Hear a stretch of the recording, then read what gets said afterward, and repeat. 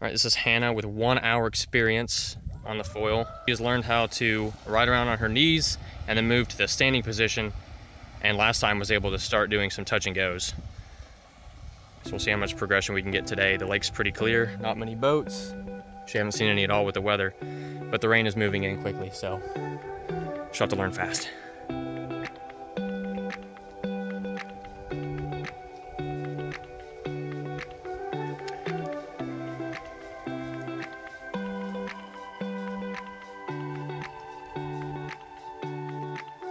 It looks like she's probably gonna get comfortable on her knees before she moves to her feet.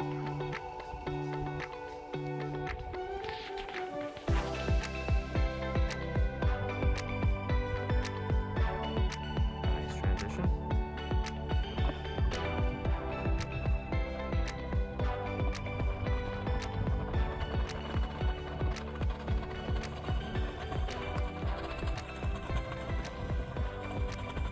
Probably have to get a little bit more comfortable that way. She's going against the wind, so the board's going to be a lot easier to pop up, and will probably want to pop up on its own. So it started to rain a little bit, but she is still determined to learn. It's not raining too hard, and rain on this thing's really not bad. If it gets heavy and I hear thunder, I'll stop, but otherwise it actually makes it a little bit nicer. More wind makes it easier to get up, and if the water gets a little bit choppier, remember that makes it easier. Smooth water is hard, choppy water is easy. It's only when the waves get to 2 to 3 feet that it actually sucks. So see, she's doing some touch and goes to try and learn how to control the foiling part longer. To give some context, she's only got literally like an hour of experience on the board. She was standing up within 30 minutes and had pretty good control.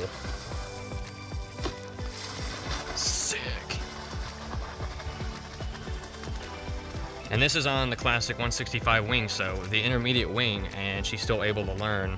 Now, I did give her some pointers as far as like foot positioning, and she rides goofy, so she literally just like mirrors what I do.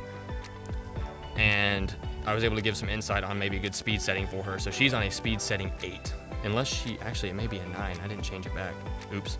Well, either way, she's doing pretty good. She weighs about 20 pounds lighter than me, so I weigh like 140, she weighs about 120.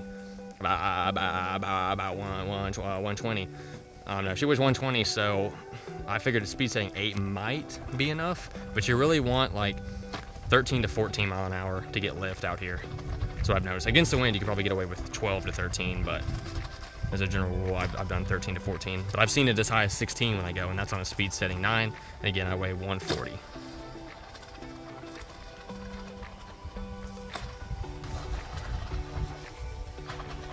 So next we might work on removing her knee to get her up and then learning how to stabilize it from there. But it kind of looks like she's kicking that front knee back and forth, which is kind of what I did to control the foiling part.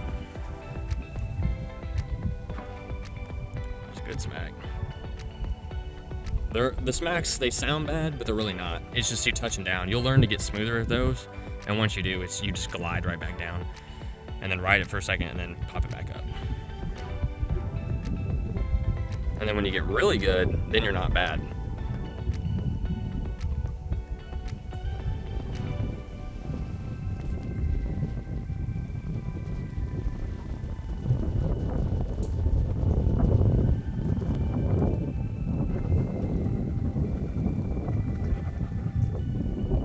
I forgot to bring my drone today.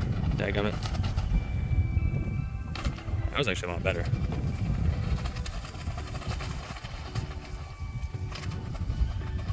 Alright guys, I hope you enjoyed the footage we got of Hannah learning to foil. So to give you guys some backlog, she started out basically like you would start out in the water on her stomach, gave her speed setting 4, had her kind of ride around the lake, just around the lake, more towards around the dock, and trying to get used to that speed setting on a controller, you know, trigger feel, everything like that. And then once she was comfortable with that, we bumped her up to a speed setting 8.